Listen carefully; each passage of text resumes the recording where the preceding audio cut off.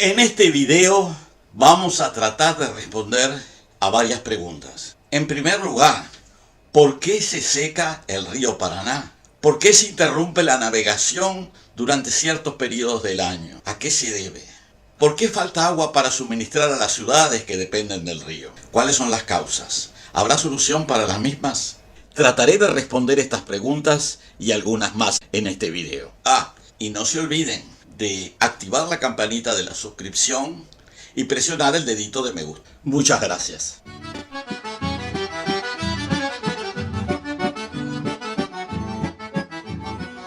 Ahora hablaremos acerca de las causas de las grandes sequías en los países de la Cuenca del Plata. El Río de la Plata recibe su caudal de dos cuencas principales. La cuenca del Paraná, que principalmente recibe sus aguas de dos subcuencas mayores, que son las que vamos a tratar en esta conversación, y la cuenca del río Uruguay, que es menos extensa y que será objeto de una presentación separada. La macrocuenca del río Paraná, a su vez, está constituida por tres cuencas, de las cuales dos se destacan por sus mayores dimensiones. En la presente conversación nos referiremos a las dos mayores cuencas que tienen más impacto en la dinámica hidrológica de los grandes ríos. Las dos subcuencas a las que nos estamos refiriendo son ambas de gran tamaño y voluminosos caudales. En primer lugar, la subcuenca del río Paraguay, ubicada al noroeste, que es muy extensa y heterogénea. Y en segundo lugar, un componente clave de esta problemática, la gran subcuenca del Alto Paraná, que se sitúa al noreste de la macrocuenca y que también es muy extensa y presenta una relativa homogeneidad tanto ecosistémica como climática. Como decíamos, la subcuenca del río Paraguay ocupa una amplia superficie y es extremadamente asimétrica. Está formada por dos tipos de aportes, de dos regiones muy distintas y que hidráulicamente se comportan en forma radicalmente opuesta. Por un lado, una parte de las aguas provienen de la árida y montañosa cordillera de los Andes, aportada por los ríos Bermejo y Pilcomayo.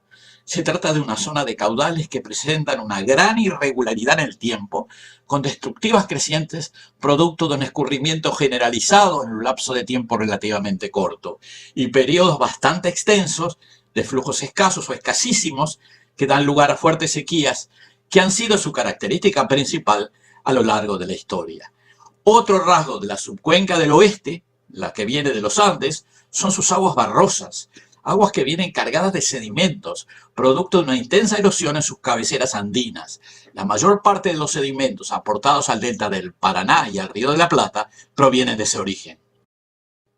La otra mitad de la cuenca del Paraguay llega desde el enorme, pantanoso e inundable ecosistema que se llama el Gran Pantanal.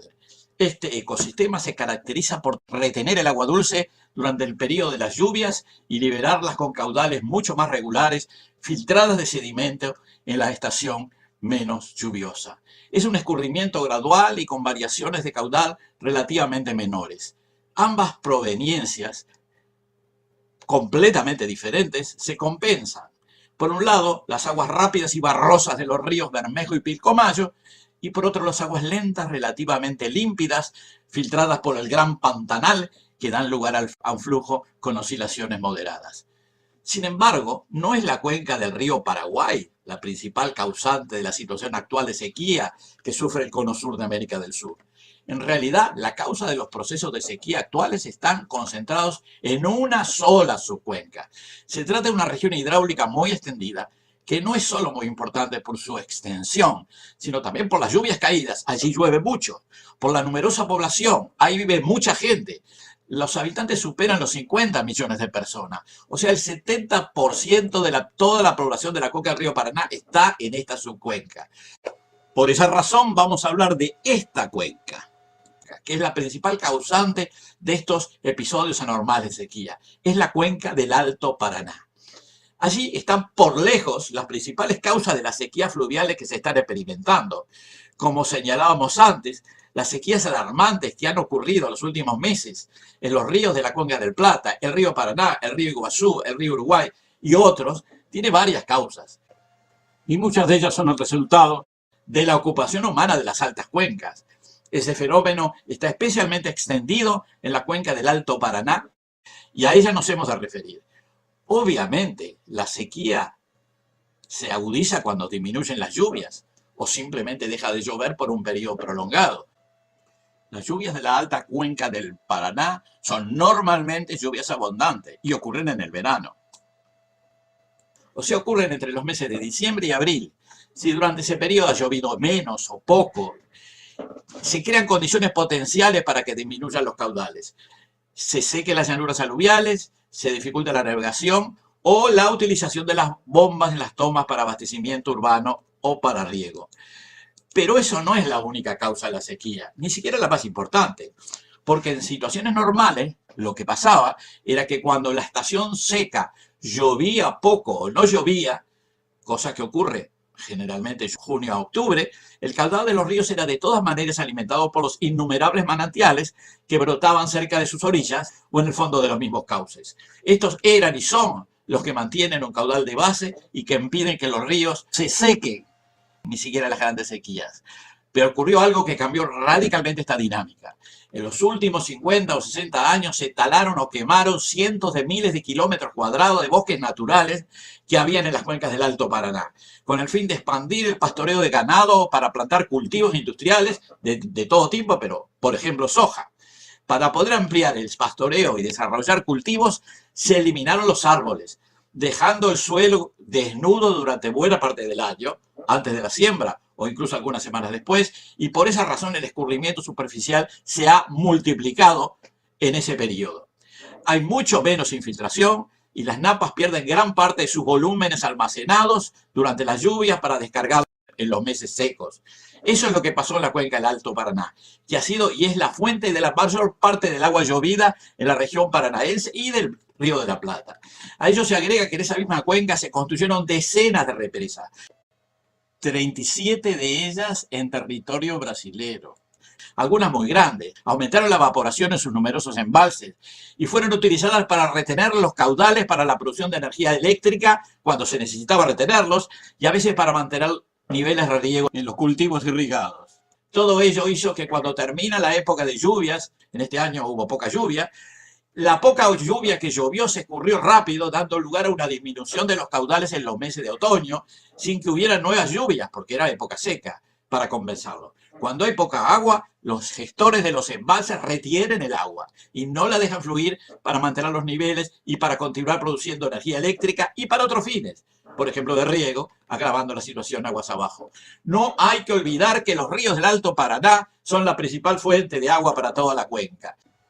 En ellos hay 37 embalses, la mayoría grandes o muy grandes, entre los que se encuentra la gigantesca represa de Itaipú, la segunda del mundo, que es en gran medida donde se decide cuánta agua sigue corriendo hacia abajo en el río Paraná y cuánta agua se queda retenida. Esta situación se termina de agudizar cuando los gestores de la represa de Yacyretá, la otra gran represa que fue construida aguas abajo, también retienen agua para esos mismos fines. Son 37 represas grandes, si le agregamos Yacyretá 38, afectando el balance hídrico de toda la cuenca alta y por lo tanto indirectamente de los cursos medios e inferiores del río Paraná. El resultado es el descenso de los niveles en los cursos medios y bajos de los grandes ríos. Si miramos la seca de la alta cuenca del Paraná, observamos que el Alto Paraná está formando por 5 grandes ríos. El río Paranaíba, el río Grande, el río Tieté, el río Paranapanema y el río Iguazú. Todos ellos son grandes ríos. Tienen una longitud de más de 800 kilómetros y un caudal medio de 1000 o más metros cúbicos por segundo. Son además ríos intensamente intervenidos. Tienen 37 grandes represas. El río Tieté tiene 11 represas. El río Paranapanema, 11 represas. El río Grande tiene 6, el río Paranaíba 2 y el río Iguazú 5.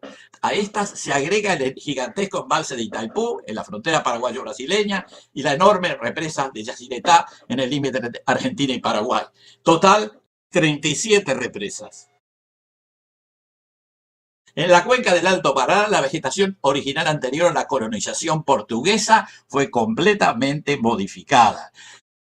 incluyendo eliminación generalizada de los bosques, cientos de miles de kilómetros cuadrados quemados o talados, sustituidos por pastos o cultivos. Este cambio de cobertura vegetal dio lugar a una disminución de la infiltración y por lo tanto el caudal de base en los cauces, cuando llegaban las lluvias. Por su parte, las 37 represas generan evaporación en los lagos artificiales. Son 37 embalses por un área total de varios centenares de miles de hectáreas. Esta evaporación tiene un gran impacto. Además, como estas represas fueron construidas para generar energía eléctrica, cuando se produce una situación de sequía, los encargados de las represas tratan de retener la poca agua que llega, disminuyendo aún más los cauces inferiores. De todo eso se desprende que la principal causa de la gran sequía ha sido y es la ocupación e intervención sistemática y antinatural de los ríos en la cuenca del Alto Paraná, que dicho sea de paso se encuentra casi exclusivamente en territorio de Brasil. Allí viven 50 millones de habitantes, casi la mitad de la producción de todo Brasil, las 37 grandes represas, ríos cortados, caudales embalsados. El efecto que está teniendo no sorprende, era esperable. Y finalmente, algo de lo que no hemos hablado, y será también el tema de un próximo video, que es la influencia de la eliminación de las selvas y bosques sobre el clima local, que seguramente no es menor.